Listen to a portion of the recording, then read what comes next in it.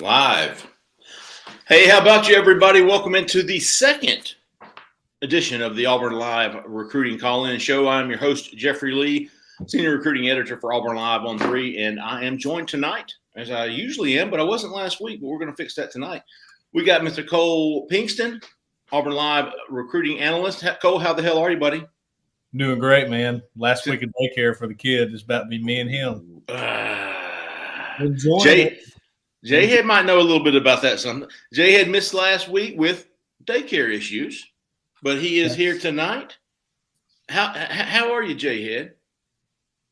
Fantastic, Jeffrey. You know what? We picked up a big commitment from Mcdonald. Glad to talk about that tonight with some of our.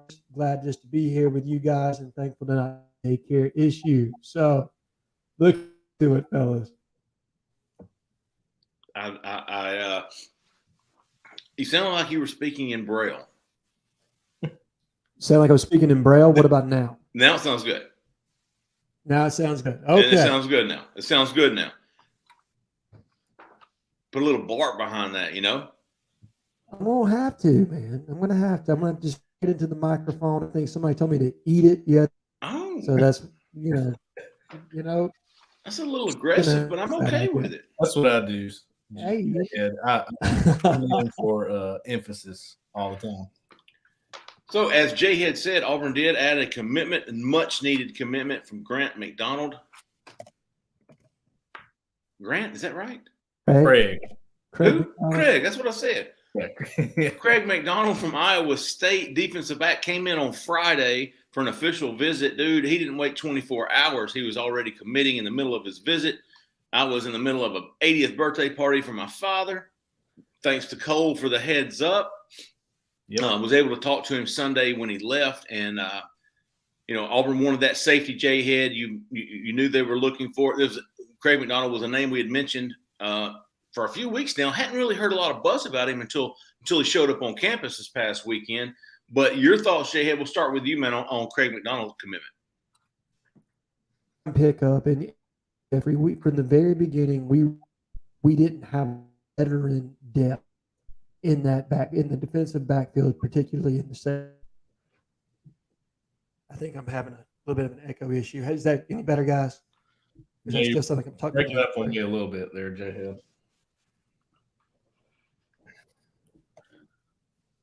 What about now? Any better? There's a green light. That helps. Yeah. All right, hold on. All right, how about now? That sounds pretty decent. Yep. All right. Hey, how about that? So we had to turn our echo down. Uh, So not so much now. It's just spotty. God. You got your AOL account? I mean, it's high speed.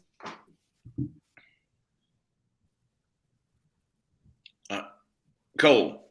Yes. How you doing, man? I'm good, man. I'm good. Hold on. We'll come back to Jhead. Cole, Craig Mcdonald, you did some good stuff, some good film review on him Sunday or Monday. What did you see? What do you like about this cat? He has. We've run the numbers. He's got 3 years of eligibility, so he's coming in as a sophomore. Yep. Had a couple of interceptions, 40-something tackles last year for Iowa State. And what did you see? What do you like? I think you told me boundary safety is what Auburn was recruiting him to play. That's what he played at Iowa State. I mean, it was fun doing his film room because I could actually go to any game they played last year, and he's making plays in every game that I pulled up. So that was fun because as a freshman. Yeah, as a redshirt freshman, yeah, and I couldn't do that with Zaylen Worsham. Like he doesn't have any. Robbie Ashford, they don't have any film in college. So Craig Mcdonald, he's got a lot of film in college. I mean, he was in every game. He probably didn't start every game, but he was a key rotational piece, and he was always on the boundary at safety. And I think that's what he's going to do at Auburn too, if I had to guess. I don't, because you got Zion Puckett too in there already, and I'm not sure how they're going to work that out exactly because he's more of a boundary safety. But I think they'll work it out to where Craig Mcdonald plays on the boundary. and he should be pretty good, man. To me, that's a guy that can come in and get significant playing time right now, if not start. He might start.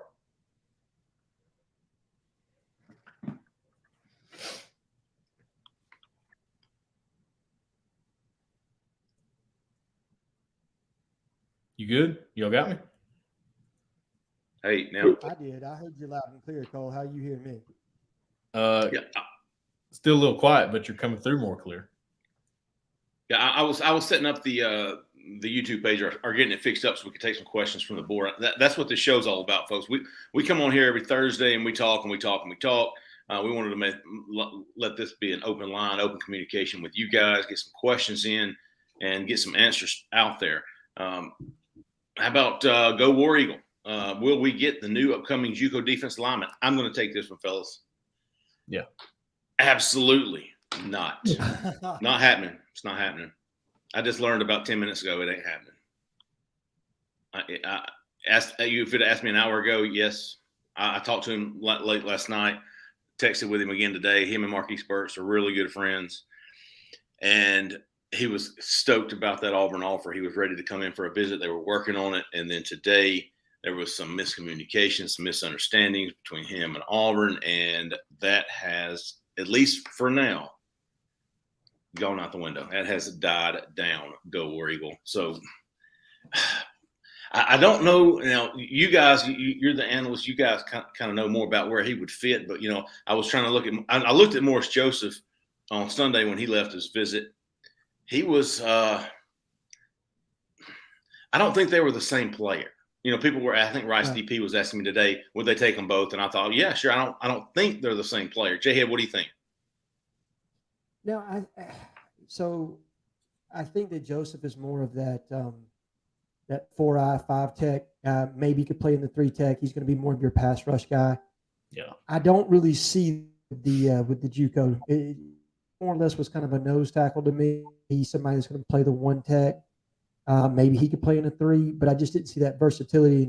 And I thought he would be a nice depth piece, but not somebody we have necessarily. So it would have been a nice add by any means, and I don't give a loss. Now we're trying to add any value we can, but I still think that you have to make sure that you're bringing in quality depth. And so from that standpoint, I don't see it as that big of a miss. Cole, how do you feel about it? Yeah, on the JUCO guy, he's definitely a nose type inside, nose 1 technique guy.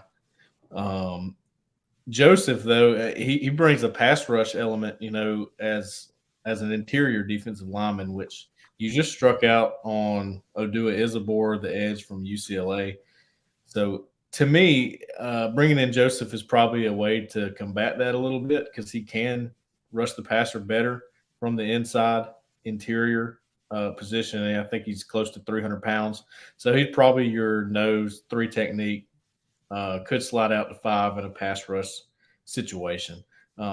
So with him being the only guy left that we know of for defensive line, that makes sense. I think he would be a pretty interesting addition. How many years does he have, Jeffrey? Do you know? He's just a 1. Just 1 year left? Yeah. He's just a 1. Which is ideal for us right now. Here's the thing. If you're not costing scholarship spots moving into next season, I think that's an added bonus. Morris Joseph can also, and if we're going to go more 3 down line, which is what I think we're going to do to mitigate some of our depth issue that we're having at edge, play 3-3-5. If I had to guess, having a guy like Morris Joseph that can give you some of that pass rush will be, it'll be much needed, and he'll be a depth piece kind of behind Kobe Wooden, and then our other player from Montgomery. I'm losing track of thought here. Marcus Harris, yeah. So he'll be backing both of those guys up at those positions, and I think he can value there. I will say, I think when he left Sunday, I was thinking that he might turn over pretty quickly on a commitment. I'm still kind of leaning towards him doing so. I really feel like Auburn's the team to beat. I know I saw that he committed to Georgia Tech. I really didn't put anything into that. I still don't. I don't think. I think there's some optimism at Auburn after that visit, and I'm like you, Jhead. I think if you're going to take a marginal SEC guy, right? You only want to let him take up a scholarship for 1 year. I think it's ideal. You're definitely upgrading the depth with a quality player, not an immediate impact guy. And you're not going to hurt your recruiting for 2023 by bringing in this guy. Right. So I think he's pretty much what you're looking for. I mean, they don't need an immediate impact guy at that position. So I feel like he is pretty much cut for this hole, to fill this hole. And we should know something pretty soon. Hell, I mean, players are reporting in 2 weeks, so it won't be long. Moving on, Zach, I wanted to hit on this feel like a stranger. Any potential hoops transfers, and I checked on this before I came on the show. As of right now, there's really not anybody to keep an eye on. Auburn missed on Julian Phillips last week. He committed to Tennessee over the G League and Auburn and others. And what was funny is, he reportedly turned down $900,000, I think, from the G League to accept reportedly $500,000 to Tennessee. And I thought, shoot. Oh, Murphy. See, I almost called. Murphy was talking about my bad mouth, my cussing and stuff. So shoot, Murphy. You don't turn down $900 to the G League to play at Tennessee for $500. Now, so like I said, I posted on the corner. It was millions from what I was told, with an S on the end, from Tennessee, and that to me makes it more believable that he would choose Tennessee and Rick Barnes. Otherwise, I can't imagine any 5-star recruiter at this point choosing Rick Barnes, Tennessee, over the G League or Bruce Pearl. But going back to the transfers, so no, I don't have anybody on the radar right now, and I don't think there's going to be a little lull right now. Bruce Pearl is over in Israel, if I'm not mistaken, for about 10 days. So everything's kind of hitting a little lull right here, and nothing's going to go down without him. So So I'm kind of putting pause on the basketball recruiting probably another week.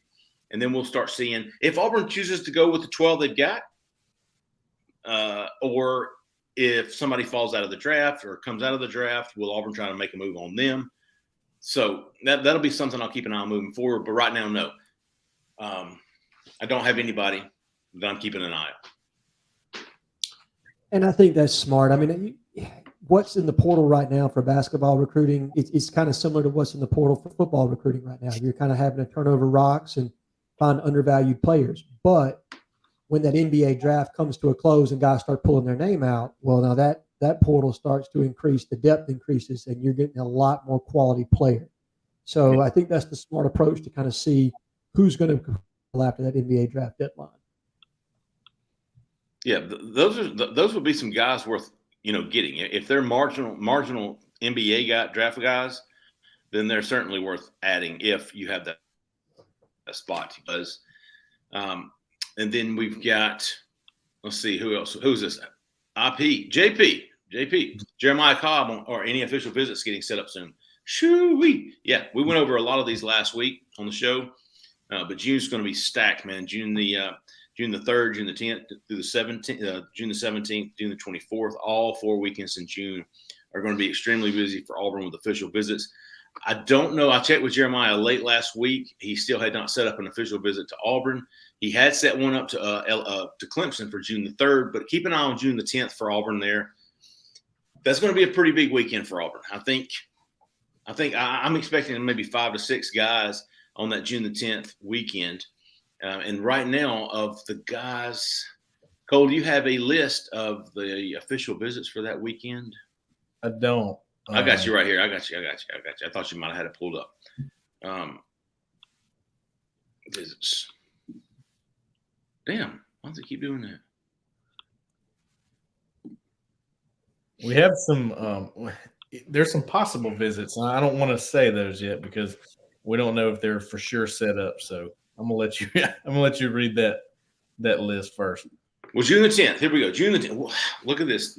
Keldrick Fault confirmed that the other night. Right, Keldrick Fault's got Auburn in his top 4 with surprisingly not Alabama. Mm-hmm. Yeah, Florida State, and Clemson with Nick Keeson up there. Going to hit all 4 of those schools in consecutive weeks in June. Maybe make a decision in July. He's a top edge target for Auburn, although he could probably grow interior. But right now he's being recruited to play the edge. Another defensive lineman, Hunter Osborne, another in-state four-star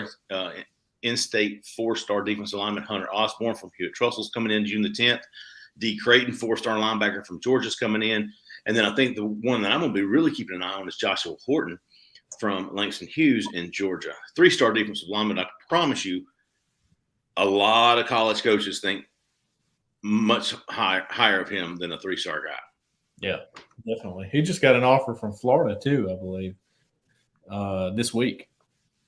So, yeah, I mean, as I've said, as both me and Jhead have said a bunch of times, the dude is ridiculous looking in person. He's the kind of guy that has the potential to be really good. One of those high ceiling guys, right?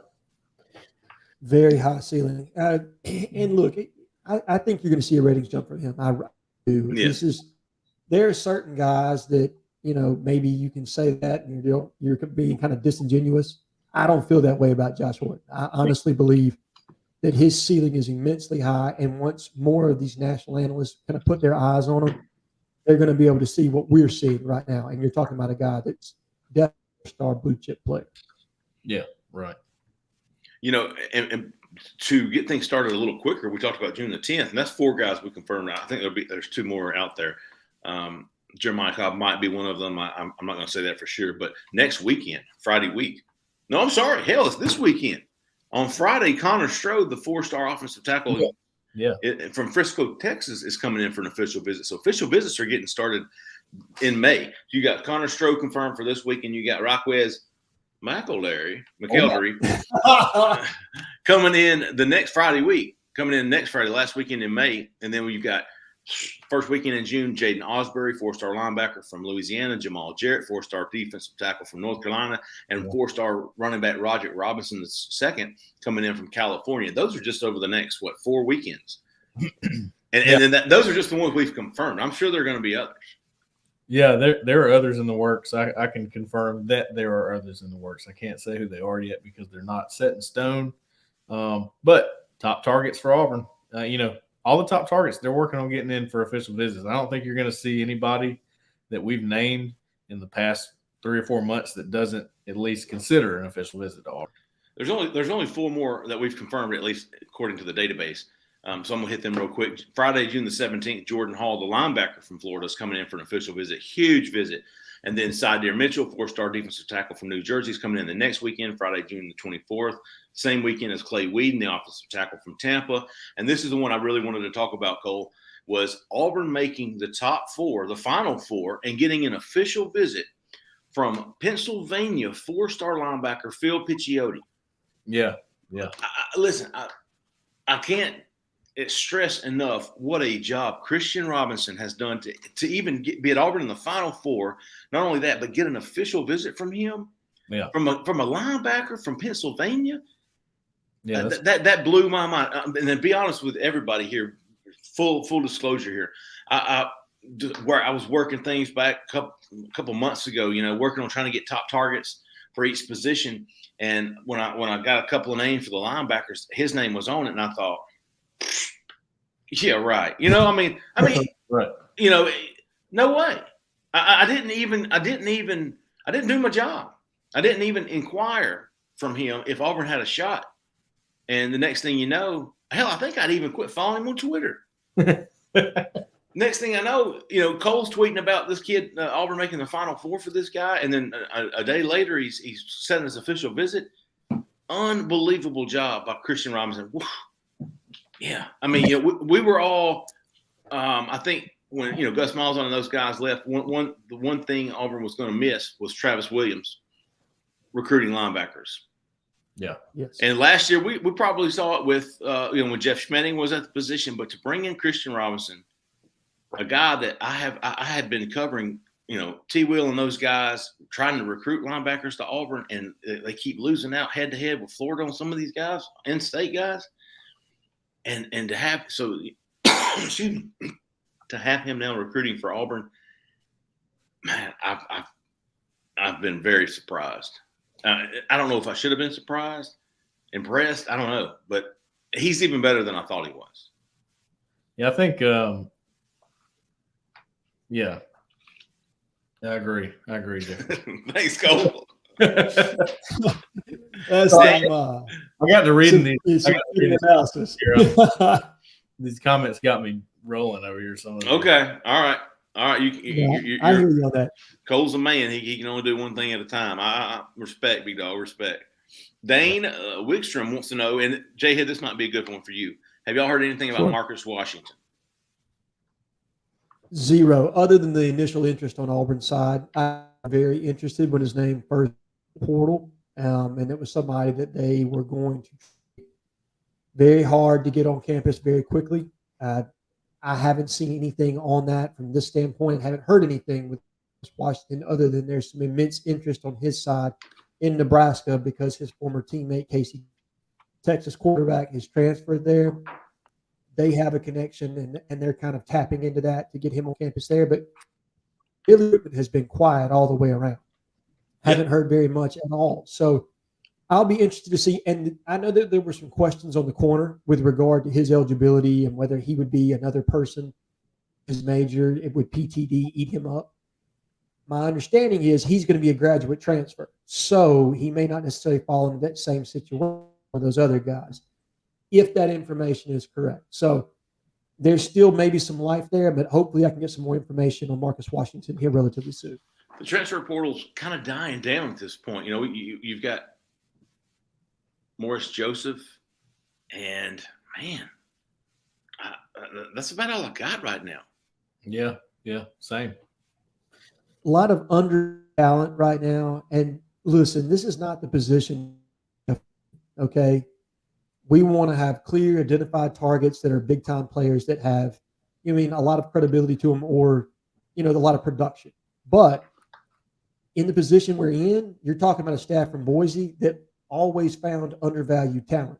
So if you're going to be in this position and you're needing to fill holes in this class, well, this is the kind of staff that you won't do in that. So I think they will continue to monitor the portal. They're going to kick over as many rocks as they can. They're going to comb back to the JUCO market and try to find some players who fit their scheme of what they need and try to accentuate that as best they can. I don't believe they're done in any stretch of the imagination. I think they're still evaluating certain guys. And I know I'm going to get a laugh from a lot of people because of the time evaluating here, but I really am encouraged by what it does from the standpoint. And I'm interested to pick up a few more names and kind of get over that 80-plus scholarship limit, or we're going to get to 85. But if we can get over 80, find some depth at edge, I think this staff will be pleased. Yeah, agree. I'm gonna let's see. Does Auburn plan to take a Decatur Tiger at 97? Awesome dude, awesome poster.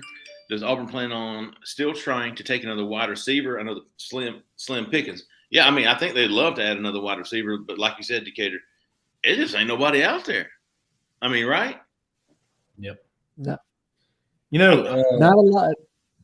I always go back and I look at the newest portal additions. You wonder, would they take a shot at guys that have been in the portal for a while? Because they kind of, the way this thing goes with the portal wire and all that, they get forgotten. If you've been in the portal for about 2 weeks, it's like, okay, I don't remember that guy, right?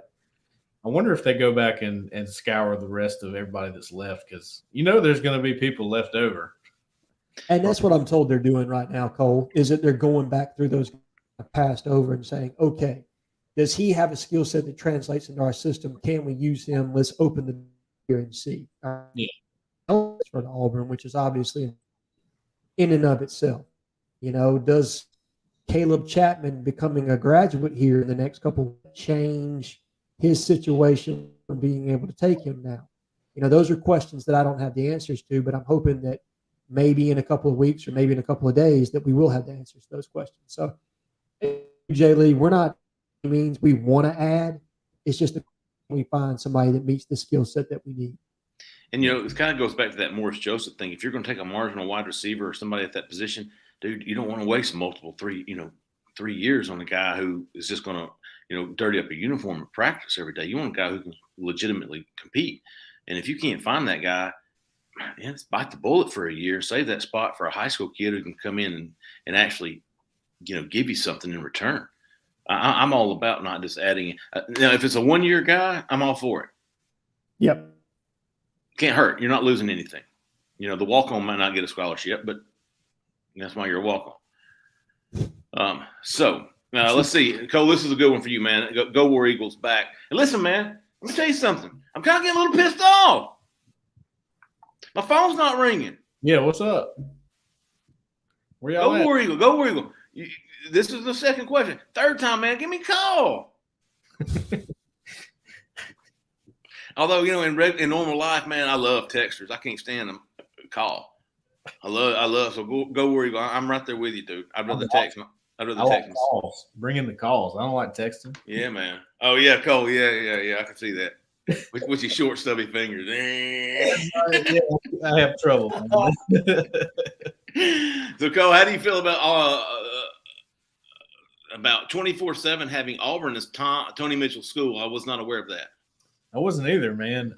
That would be news to me. That would not.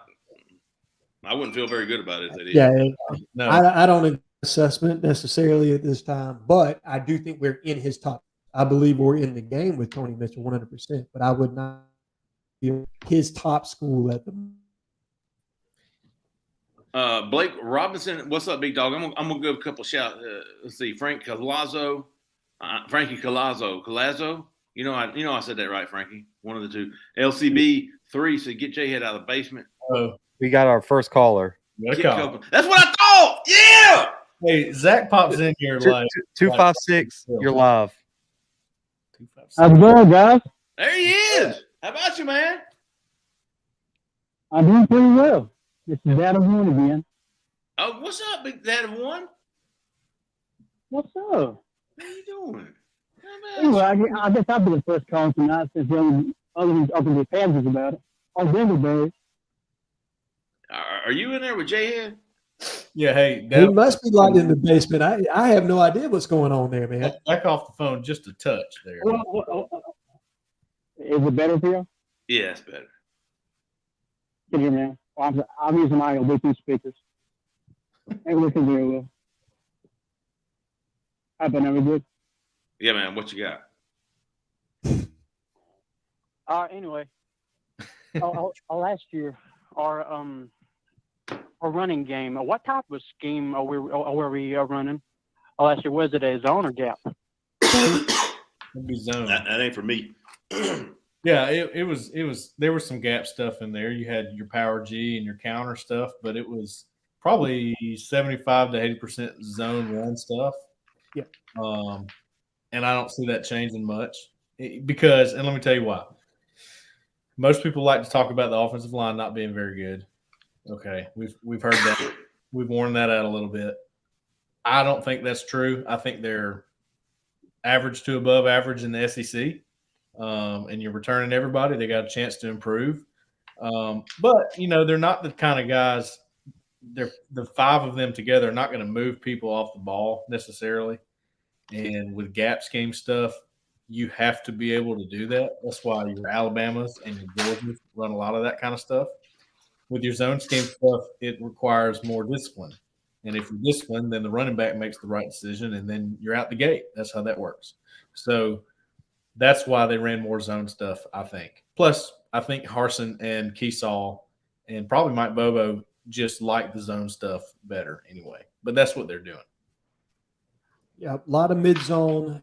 They didn't quite get zone the way they wanted to this past year. I think you're going to see a little bit more of that this year.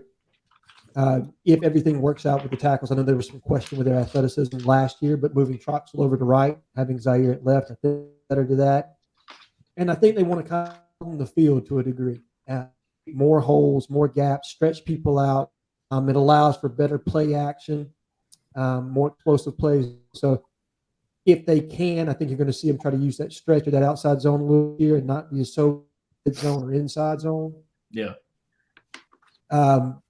But definitely going to be more some gap scheme that we mix in there. Like you said, we got the GT counter.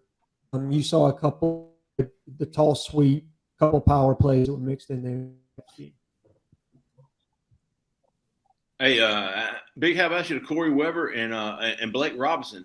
But you two, man, I'm seeing y'all in the chat. Y'all need to get a room, big dogs. Hey,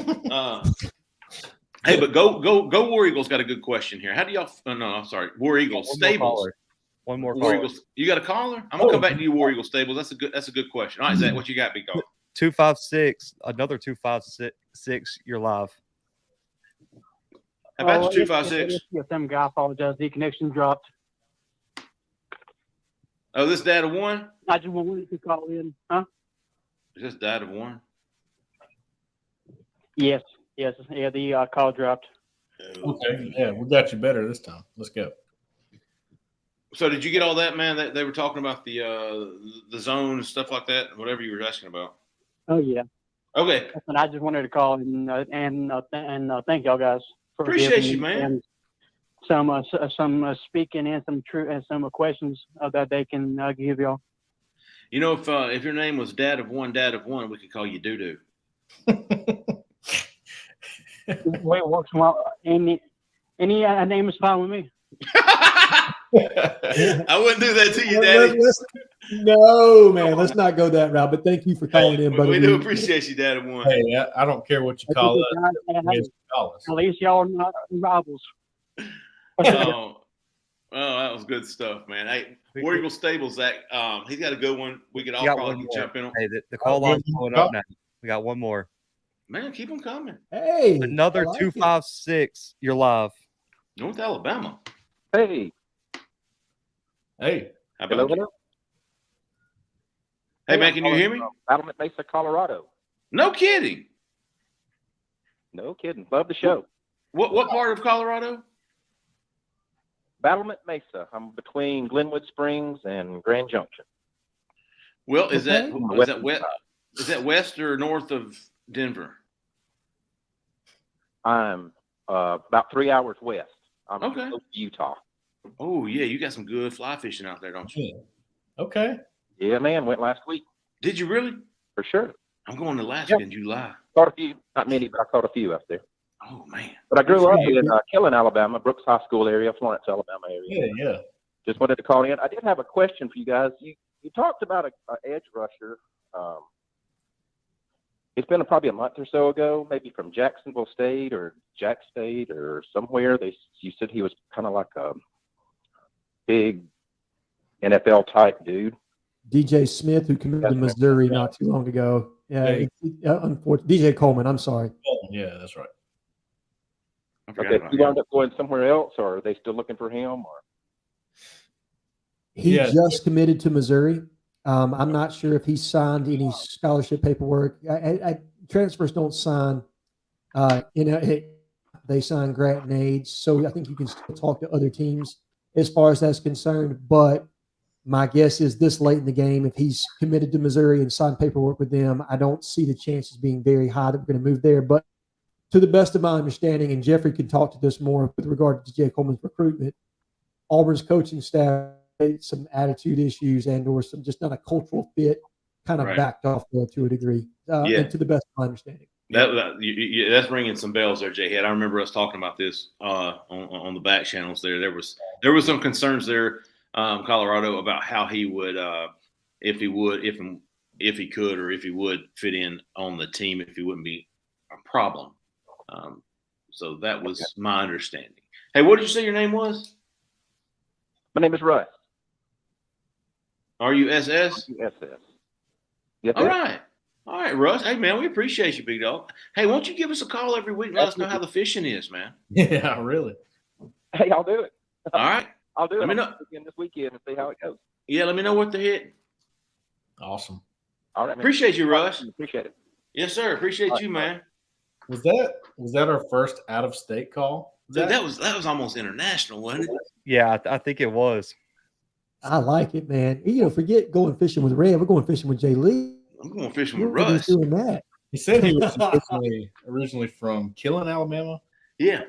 That's the home of Cam Stutz. Is that correct? It is. It sure is. He went to Brooks High. Sure did. There you go. That's what you gotta remember that stuff. It's important. Who are we going to go to? War Eagle Stables. Yeah, man. Okay, this is a good one. We talked about the official visits in June, and War Eagle Stables says, of the June officials, are there any that could potentially commit afterwards? Absolutely. I would be absolutely shocked, absolutely floored if Auburn didn't add at least 2 in the month of June off of the official visits. And I would put the over-under at 2.5. If the over-under is 2.5, what are y'all taking over-under on commitments before July the 1st? Over. I'm too. Yeah. By the way, over. Go ahead, Jhead. Go over, but I'm not going to include Josh Horton in that. Got a set commitment date in July. So. Yeah. Now that could be the technicality that I lose on.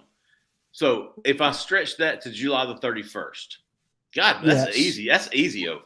Easy over. I would actually put the over under at 4.5 or 5.5. I agree, and by I August the honestly 1st. have about 8 to 10 commitment first. So Yeah. I feel really good. Go ahead, Zach. I'm sorry. We got one caller. Okay, caller. 205. You're live. We'll come back to that, Stables, because that's the good stuff. What's up? What's up? Hey, what's up, yo? Hey, how about you, man? What's up, brother? Bo, man. Who is this? This is Bo from Moody, man. Bo. Oh, from Moody. We talked last time. Yes, sir. Yes, sir. Remember you called me James? That's what they called me Bo. Yeah. Yeah. I'm popping my head off, son. How y'all doing, brothers? Doing good. Bo. How y'all? Doing good, Bo. What are you Y'all doing hear me? tonight, Bo? Sir? What are you doing right now? I'm watching wrestling. Oh, fuck. Are you really? Yes, sir. What, like WWE? No, it's next. Okay. I was gonna say. So what you mean is you get excited when I tweet out Ric Flair memes, gifs. Is that what you're saying? Nature boy. He's gonna wrestle again. I heard about that today. He is gonna wrestle again. He's like in his 70s, man. He's gonna wrestle. No. Come on now. What's his name, man? I can't think of dude's name now. Anyway, Hey, man. Mike Jackson. That's who he's going to you wrestle. heard anything about any receivers? Bo, we have been looking, and you know, Zaylen Worsham was about as good as Auburn could get, really, right? I mean, out of portal, I mean, there's just nobody else that we know of that's either A, eligible, or D, worth taking at this point. Yeah. And now, don't get me wrong, we're going to continue to keep our ears and eyes open, but as of right now, no, I don't have anybody, and we don't have anybody. And it's not that bad now. You're talking about, I think somebody looked at the depth chart. There's about 9 wide receivers. I think there's 10 now. It's 10 wide receivers, and if you count Landon, to 11. So the numbers aren't as bad as they were in the spring. That's counting the 2 incoming freshmen. Correct. Yeah, that's counting the 2 incoming freshmen. From Hewitt Trustful and Mark Kelly and Camden Brown. Mm-hmm. You got it. Yes, sir, Camden. And then you get both AJ. You're adding to Zaylen. Javaris Johnson will be back full time. So you're getting a lot more depth than what you had at the very early in the spring. I think the numbers are okay, Bo. It's just the fact that there's not any experience, right? You wanted to add a guy from the portal that had played, and you really didn't. Zaylen Worsham doesn't fit that category. He hasn't played in college yet. So yeah, I can understand the disappointment or the nervousness over that. But I'm not disappointed, man. I think we got some good receivers. They're just not living up to potential yet. I hear you. Hey, fair. I'm with you there. I think there's some good talent. I talked about Tavares Dawson today in a write-up. He's fast, man. Exactly. Get him in space. He's gone. I was going to ask you about Tony Mitchell. About 24/7 had us top school. Have you heard anything about that? You know, somebody asked about that earlier, Bo. I'm going to have to go look that up. I cannot believe if they do, they know a lot more about it than I do. If they've got Auburn, I mean, as a top school, yes. I think top 5, yes. As the top school, hey, you Pooch, what's up, big dog? As the top school, I find that hard to believe. Or at least I don't agree with it. Guy that's committed to Bama, but that could flip. Oh, Jaleel Hurley? Yes. I haven't heard anything lately on him. And I think that for an Auburn fan, you don't want to hear anything. Yep. No news is good news. No. You don't want to hear anything on him. You don't want to hear he's visiting. And if somehow you find out he's visiting, you don't want to say you saw him down here in downtown. Just I'd forget that name. I would. The best shot of Auburn signing Jaleel Hurley from Alabama is nobody mentioning his name in association with Auburn until December the 16th. That's what I figured too. Yeah. Being quiet is the best thing. It really war is. block. Oh. All right, man. I appreciate y'all. Bo, Y'all bomb. God bless. I appreciate you, Bo. Appreciate you, big dog. Really do, man. Good stuff. All right, Stables. Back to the June official, the commitments afterwards. I think Clay Whedon. Yeah. Before August the 1st, before the end of July, we extended it. Clay Whedon, I think. Joshua Horton, I think. Potentially Jeremiah Cobb. Yep. Tell you what, I'll go ahead and drop this little nugget here. I'm still working on this a little bit, but I talked to a guy today who is working on an official, does not have a date yet. Not going to give the name yet, so y'all can hound me about that on the boards if you want to. But from our talk today and from things I've heard, I might be close to putting in a crystal ball for that guy. Ooh. Recruiting prediction. Shit, I didn't hear. Sorry, Murph. Yeah, so I you think got to drop that one in the group chat, Cole. Come on now. I think that guy's going to officially visit soon, so I'll let you know. When Fair enough. Hey, man, and this kind of goes back to the Hurley stuff. Sometimes it's not in our best interest to report everything. That's correct. 100%. I think a lot of people respect that and they understand that. I think and we don't. I don't really care if you don't, but I mean I do care, but I'm not gonna. Go ahead. 931, you're live. What's up, 931? What's up, fellas? Yeah. Oh. How about you? All right. Hey, man, I'm calling from Tennessee. I'm just checking in with you guys. I just wanted to say thank y'all for everything. Y'all doing a great job. Who is this? Yeah. Who are you?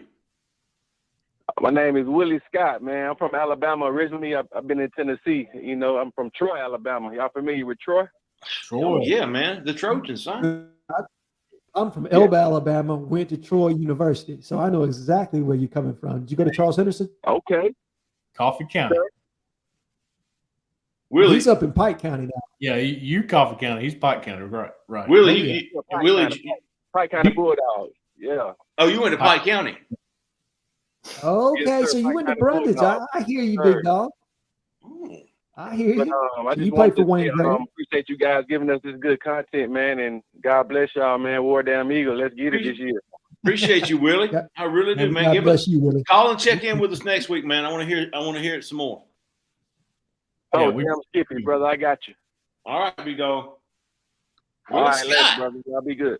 All right, bud. Willie Scott from Tennessee via, did he say Pike County? Yeah, man. He's from Brundage, Alabama. Brundage. They had some players down there not too long ago. I can't remember if it was basketball or football. Football. So you had Nick Walker, who was a tight end that played at Alabama, and then their quarterback, Chris Nixon, I think, ended up at Vanderbilt, if I remember correctly. Yeah. Yeah, that's right. Played against both those guys and got stomped out pretty good, but that's okay. Hey, there was Willie on the chat right there. Jhead, you the man. I stand with your take on Eastern. I hear you, Willie. I bet Willie lives up in the mountains in Tennessee. Hey. Love it up there. Let's see. How long before Brock Glenn? This is a good one for you there, Cole. This is your boy Auburn Glenn finally joins the class. He's another guy I would put on the potential commitment list before August the 1st. I would say he's next. That's what I think. And he told me not too long ago, and I put it out in a write up. He wants it done before the month of June is over. Oh shit! So, we're in May. We're in the middle of May right now. June's coming up. He wants to take an official visit. Obviously, he's pretty busy right now with the Elite 11 stuff going on. Right. Just made the finals. He didn't mention anything about an official visit anywhere else. I know Mississippi State really wants him to come in. I know Missouri wants him to come in. A couple of SEC schools there, and maybe Oklahoma State and Pittsburgh, who just had Kenny Pickett leave quarterback. So, yeah, man, Brock Glenn is a guy that you should probably be learning more about. You should probably be excited about. I think he's probably the next guy that joins the class, and he's a quarterback. So, quarterbacks don't wait. Actually got an update there on Glenn. It'd be a big deal. Oh, let's hear it. Let's hear it, Jay. So Jhead Simmons actually had something up on him after his performance in the Elite 11, which he was obviously fantastic. Punched his ticket to the finals out there in California, but a top 5 of Auburn, Mississippi State, TCU, Virginia, and Texas A&M. So that's who you're looking at. He's got an official to TCU this weekend. And then Auburn is the next visit, and that was the school that he said he wanted to see the most. So feeling very good about Brock Glenn and Auburn. It's another early eval by Coach Harsin and this staff, and he does – look, you can criticize Coach Harsin for a lot, but identifying quarterback talent is not going to be one of those issues. Was very impressed with what I saw at Holden Gerner in the spring. Exhibited over his – so Brock Glenn falls directly into that same path, and I think he's going to go in California and kind of continue that same trend of really establish good quarterback evals. And look, just want to make sure we're clear here. I mean, Jeffrey and I have reported that Christopher Fazina was probably the number 1 target at quarterback. Sure. From Briarwood, he's an in-state guy. He's a 4-star guy. He's a guy that saw his stock rise, but he committed to Clemson. And I think Auburn, probably still recruits him, probably still keeps in communication. But when they realized that they probably weren't going to be the school for Fazina, Brock Glenn was right there. He was the next guy on the list, and he probably wasn't far off, if we're being honest. No. So they had already been working on Brock Glenn before Vizina ever made a decision or let them know he was going to be doing that. So I just want to be clear on that, too. For all you listening, I would imagine if you're listening to the show, you know who Brock Glenn is. He's the quarterback from Memphis. Hell, I'm supposed to know this. Memphis. Yeah, you got it. But you got to. Anytime Texas A&M is in a top group for a quarterback, Jimbo Fisher, he's like he can eye some quarterback talent as well. Yeah, he can. So that's a big plus. That's a great segue to the question we're showing right now, right, Jeffrey? Yeah. Cool. Caleb Chandler. You think Harsin also will start Calzada because he's the right-handed version of Kellen Moore? Well, on your note on Jimbo Fisher knowing about quarterback talent, he went and found Calzada out of high school and ended up having to start him. Didn't win the job. Eventually got beat up by Haynes King and all that, but I've made it very clear in what I've put out about Calzada that he is a perfect scheme fit, and that's probably, Caleb, why he looks like Kellen Moore to you, because he fits the scheme of what Harsin and Keesaw want to do. And like I've said before, when you have a good quarterback, talent evaluator, when you have a good developer of the quarterback position, all the quarterbacks look the same.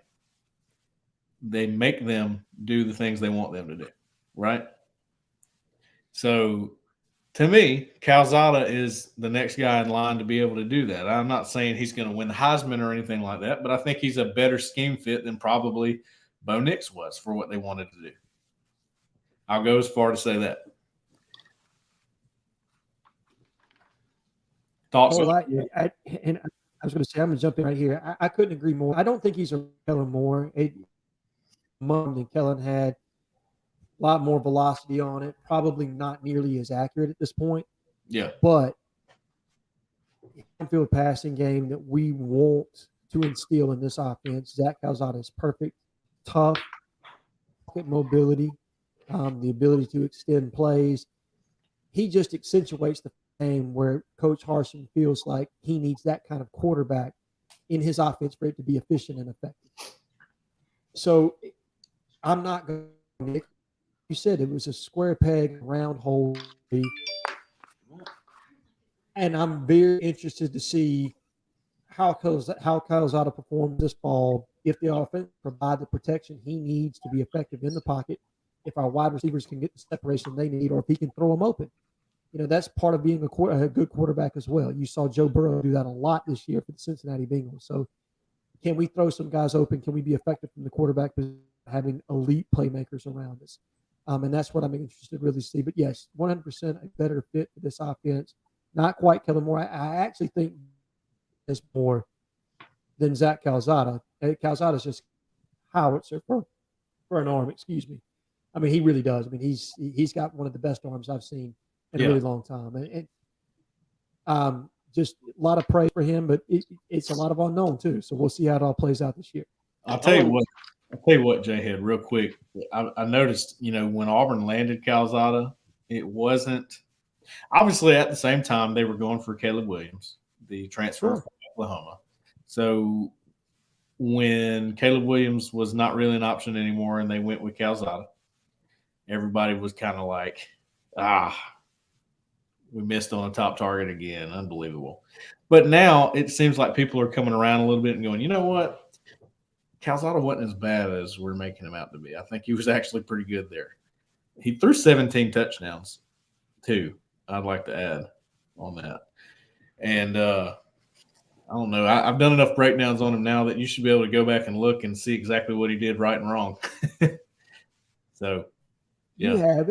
And really for me, obviously there was a lot of maturation throughout the season. You saw him at his physical peak before all the injuries happened against Alabama. That was one of the best performances I saw all season long in the SEC. 100%. What he did was truly phenomenal and special. And if more of that performance each and every week, we're in business, boys. We got ourselves a quarterback. The question is, can you get that consistency? Right. That's just what we don't know yet. Right. Russell Shoemaker, how about you, big dog? A little Macador yellow jacket in here. And then let's see, Zach, you got us a Dane Wickstrom's coming back with some prediction on who leads the team in receiving yards. I have no idea. Javarius Johnson. Sounds good to me. I'm going to go MJJ, Malcolm Johnson Jr. Okay. All right. I like it. I'm going to go Camden frickin' Brown. I knew that. That's good. I like it. That's a good bold take there. Jhead, if the SEC does do away with divisions, what is your dream 3-team matchup for Auburn? Jhead posted about this today in the corner, or was it yesterday? Yesterday. All right, what you got here? What is your dream 3-team matchup for Auburn? I have no idea what that means. I'm definitely going Alabama, UGA, Mississippi State. Those are the teams I think that make the most sense for us. Those are the teams that we have deep rivalries with, ticket draws for us. And you cannot get rid of the Iron Bowl. You can't get rid of the Auburn-Georgia matchup. And then really, do you want to play – I mean, maybe Tennessee would be better than Mississippi State if you could get them on the schedule, but I like the matchup in Starkville. I like mixing up with another team that's got the cowbells going on and everything else. What about you guys? How do you – I mean, obviously you can't get away with Alabama, Georgia. I mean, you want some cupcakes, so yeah, let's include them on the schedule. Then you want to add a quality opponent if you're going to have two cupcakes like that. You want a quality opponent. I missed the Auburn-Tennessee game. I used to love that game back in the 80s. I loved it. I don't know, man. They just canceled they just bought out a series with UCLA, so they don't have to play them anymore. So they may not want that one, Well, I'm just, I'm being selfish here. Like, what would I like to see? Like, I'm telling you, I don't want any of Arkansas. I'm tired of making that trip out there. I'm done with Arkansas. I'm tired of LSU. Okay, and of course that would be my pick. Yeah, LSU or Tennessee for me. Maybe even Florida. I go LSU. That'd be my third there with Bama and Georgia. Just because the Tennessee and Auburn game of the 80s, and the Auburn Florida game of the 90s, were two of the rivalries of those decades. Yeah, I'm with you, Jeffrey. The curse is broken. The curse in Baton Rouge is broken. It is. And Jeffrey's part here, man, when you the old Amen corner of Florida, Georgia, Alabama, that's bringing back some memories right there. And then, like you said, that early game with Tennessee, I spent afternoons with my dad. You know what I mean? That game resonates with me. So it's tough, man. It's really only picking three permanent opponents. Man, I'm still going to Mississippi State, Alabama, and Georgia, but I'm with you Florida, Tennessee, and LSU, if you could keep them on the schedule in that third spot, it wouldn't be wrong with any one of those three. Yeah, I'm like you now. If you can get a Mississippi State, get a Mississippi school, get a Missouri, get a Kentucky, get a Vanderbilt, because you're going to be playing Auburn. I mean, you're going to be playing Alabama and Georgia. That's just how it goes. Those are 2 of your 3. All right, now get you an easy one. I mean, an easy one, whatever that means these days. Certainly, I would think Mississippi State and those guys would be, if you're going to come out of there in the West. What you got, Zach? 205. You're live. Hey, this is Braylon from here. How about 205? Braylon from Hueytown? Hello? Yeah, from Hueytown. Hey, did you say Braylon from Hueytown, man? Yeah, Let me tell you something. We used to meet y'all at Piggly Wiggly. We used to meet y'all at Piggly Wiggly and whoop that ass. I wanted to give you Braylon, guys a call how the offensive recruiting is going. The offensive line recruiting is going. Braylon, did you go to Hueytown? Yeah, I went to Hueytown. What year did you graduate? 18. Oh man, you're a young pup. My bad, dude. I was talking shit. Yeah, I mean, I'm a minor boy. Oh man. All right, Braylon. So you want to know how offensive recruiting is going? Yeah, offensive line recruiting. I think it's offensive line recruiting. Is that what he said? Yeah, recruiting. Right now, Joe Bernardi, fantastic job of working their board, making contact with various prospects. Great question. I mean, I think a lot of forward momentum for me. Stanton Ramil, Hughley's on the board. I don't flip that or not, but he's definitely listening to Auburn's pitch. Multiple interior players, DJ Chester, Clay Whedon, who they already spoke about, who's coming up on an official visit. You've got Rock or McElderry is actually how you say it. But Jeffrey's got me all tripped up. McElderry, baby. McElderry. But you got a lot of talented offensive line prospects that are very interesting. Shit, Connor Stroh's coming next weekend. Connor Stroh, the big angry redhead. Connor Lou's coming sometime. The more guys like that you can get on campus that are physical, nasty guys, man, the better off you're going to be.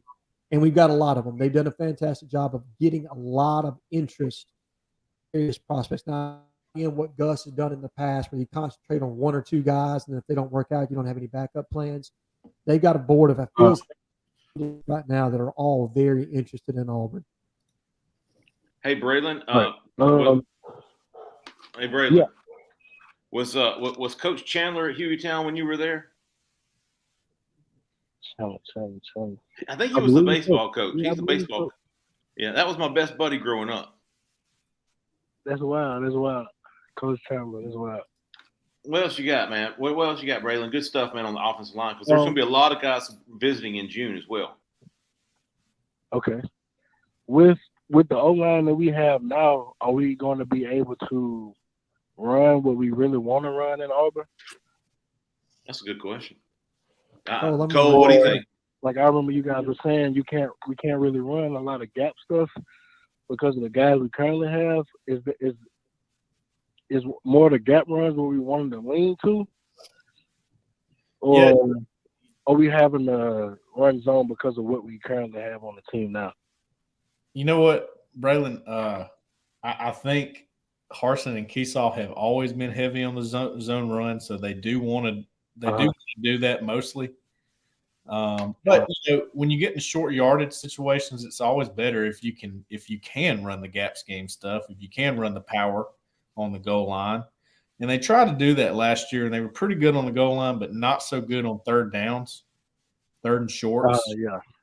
So, if you can work that in, I mean, you got a couple guys like Keandre Jones, maybe Brandon Council if he comes back and starts after missing spring, that can move people a little bit better. And maybe Nick Brahms, he's changed his body. He looks a little different to me in person. I don't know if he's gotten better at mauling people, but There's a chance for more gap scheme stuff, and I think Harsin, with having more input in the offense this year, wants to do that, and I think they're going to try. I really do. All right. I'm okay with the offensive line, brother. I mean, I'm just the recruiting guy, but I think we've talked about this before. Shit, man. I think Auburn's going to have a better than average offensive line this year. I do too. I feel the same way about the O-line. I feel the same way about the O-line. And here's the other thing. See a huge weakness across the board. Yeah. And this is what a lot of people aren't talking about, but year 2 in a system and how much more efficient and effective you are being able to understand, know exactly what you're as a thinking a lot when you're playing. I mean, I think every on this show right now played football at some point, or played baseball, played basketball, whatever. You played a sport. Right. And things out to a degree, doing as fast as you need to. When you know exactly what you need to do in second nature, it's more effective. So in year 2 of the system, to go from what Gus was doing, which is significantly different from what they're being asked to do in Harsin's system, I think you're going to see a more efficient offense. Will we be able to move people the way we need to? I don't know. We're going to have to – it's some proof of concept there to a degree and see it on the field first. But I think there's the potential to do that. That's for sure. Yeah. JP wants to know Jelani Thurman is now on 3 Michigan State favored. No kidding.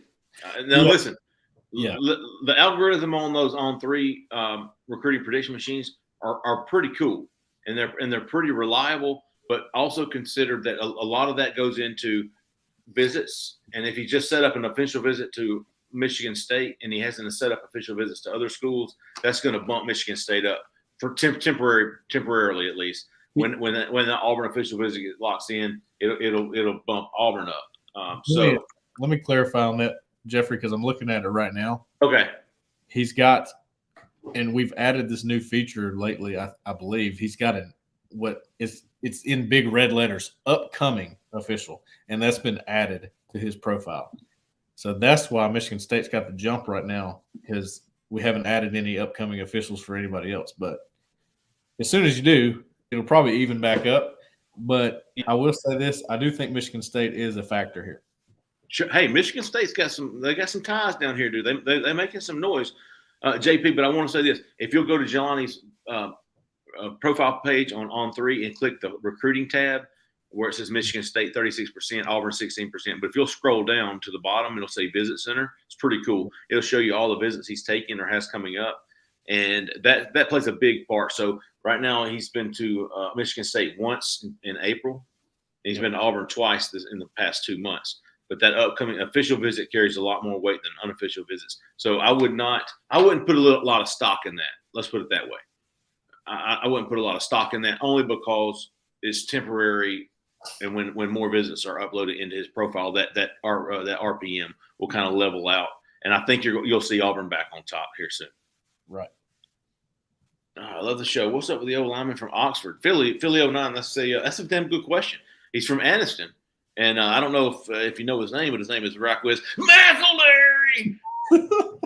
He is coming in for an official visit Friday week in 2 weeks, last weekend of May. Oh, and no disrespect to him.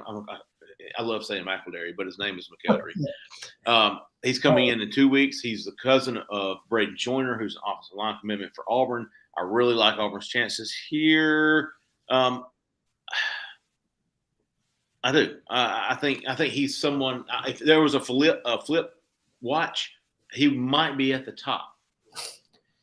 Yeah, I'm trying to think who else would be on there. Bo Hughley. I'd probably have McElderry up there. McElderry. Jaleel Hurley is also on there. Jaleel Hurley will be on my list as well, yes. Actually, Coldest had a story, I think, last week on potential flip candidates. All those guys were in there. Yep. There's about 6. Appreciate that question there, Philly. Blunt. Oh, wait. Go back to that last question. There's that. Yeah. From Ashley Williams, what is your opinion on Ashley Williams? Oh, man, he's a stud. Auburn loves him. Oh, man, Auburn hopes to get him on. Hey, for real, though? Oh, yeah. His recruitment is on the up and up right now. Who got in on him first, though? Auburn. Who got in on him very early? Auburn. Auburn offered him back when it was just, he was just, Ashley Williams from, what was it, Louisiana? Yeah, Louisiana. Yeah, and that was Auburn made a lot of noise. I thought, man, Auburn's got a real shot with this guy, and all of a sudden, everybody in the country's offered him. Yeah. And I just talked with him I asked him if he was going to take an official. He said he was thinking about it. So I know he's got a lot going on right now, man. He's gotten all these different offers here lately and multiple other schools talking to him. So, yeah. And the Edge, he's already visited Auburn once. I think it was near Easter when he visited. And Rock Bellantoni likes him a lot, and Auburn likes him. So we'll see what happens there. And obviously the need at Edge, now that you didn't get one in the portal as of yet, is huge. So significant, yeah. Hey, real quick to Bo of Moody and Cole Pinkston, Russell. Hold on. Where did I see this? Elator, Mike Ellington, come in with the Ric Flair is expected to wrestle Ricky the Dragon Steamboat. Dude, that's old school stuff. Those some OGs. That's awesome. Ricky the Dragon Steamboat. What is Ric Flair like? 80? He's like 80, right? No, He's man. 80. 80 is the new 50, dude. I got to tell you though that GIF is my favorite. I love to use it. Whoa! The two claps and Ric Flair. Dude, I'm telling you, wheeling, dealing. Let's see here. What you got for us, Zach? Easy. 97. Debbie says it's a dark horse. I'll see myself out. Decatur Tigers 797. You better go on out of here. Easy there, Morgan. Let's see. What up, Pocket Watch? Pocket Watch is here. What's up, Pocket Watch? Marcus Holland says I work with Nick Walker. Nick Walker. Hey, how about that? Tell what's up? And I didn't appreciate it all those times on the football field, those games. So, who's Nick Walker? He was the tight end from Brundage, the one that played at Alabama. Oh, yeah. You just said that. That's right. Him and the quarterback. That's right. The window. Yeah. All right. Cool. Mike Ellington. He's getting on to me. Jay Lee, the question is asking, who do you want as Auburn's 3 permanent opponents if the SEC changes the scheduling most? Well, Auburn, Georgia, and one of the 4. I mean, let's be realistic. Probably a Mississippi State. I'm with you there, only because those 2 schools are going to be ranked 1 and 2 pretty much every year. So you probably don't want to schedule a Florida who's up on the up, Tennessee who's on the up, LSU who's on the up, Arkansas who's on the up. Yeah, you probably want to stay away from those schools for your 3rd. Well, and the way your scheduling format's going to play those teams anyway, it's going to rotate. So it'll be a 3 and 6 rotation. You're not going to play. You're going to get 3 teams every year, and then you'll get 6 teams and then 6 new teams the next season, and it'll rotate back and forth on a basis. So you're still going to get to play. You're going to get to play Florida, play them every year. And I can deal with that. That's significantly better than what we're doing right now, where we go out to Arkansas every year or they come here or whatever, and we really don't have I'm going to be honest with you, we don't have a tradition with Arkansas and Texas A&M, Texas and Oklahoma. If we play them, great. But if I can get them on I want Florida, I want Tennessee, I want Kentucky. I want teams that we play on a traditional basis or had that traditional rivalry with. Yeah. I was going to ask for Texas. Corey Weber's ready to be the bag man. I hear you, Corey. He woke up and chose money for Quay. He's got his McDonald's bag ready. Let's see. Are we caught up, Zach? We're all caught up on questions. Okay. Hey, that's great, man. If that's a great sign. We've got all our calls. We've got all our questions. What are you doing? Oh, you good? I got to get back over here on the StreamYard because I'm watching YouTube and it's a little behind. So we're good to go. Hey, man, that's great. Jhead, you coming in allowed us to answer all of that in a more condensed time. Yep. Hour and 10 minutes. That's great, man. That's great. Because we're going to return here in 2 days on Thursday for our Shriveled Pod recruiting podcast on the Auburn Live on 3 site. Hey, and if you're not a member of Auburn Live on 3, you really should be, man. We got some really great stuff. Cole, myself, Justin Hokinson, Jake Phillips, and Jhead on the corner provides some really good insight and stuff. Russell Shoemaker, your MVP tonight. You didn't even call, so I shouldn't give it to you. So I'm gonna give MVP to Braylon from Hueytown. We used to stomp I them like it. We used to stomp them Gophers. So I got a soft heart for the Hueytown Gophers, man. But hey, we really appreciate everybody calling. We really appreciate everybody engaging with us. And like I said, if you're not a member of the site, get on there. Auburn Live on 3. 1 week free trial. After that, it's like $8 a month, cheaper than two gallons of gas. So we'll be back on Thursday. Make sure to listen to the Triple Pod podcast, recruiting podcast. We're going to have some news, some updates on some things come Thursday afternoon. Appreciate everybody joining us. For Cole Pinkston, for Jhead, for Zach McInerney. Again, I'm Jeffrey Lee, man. We'll see you.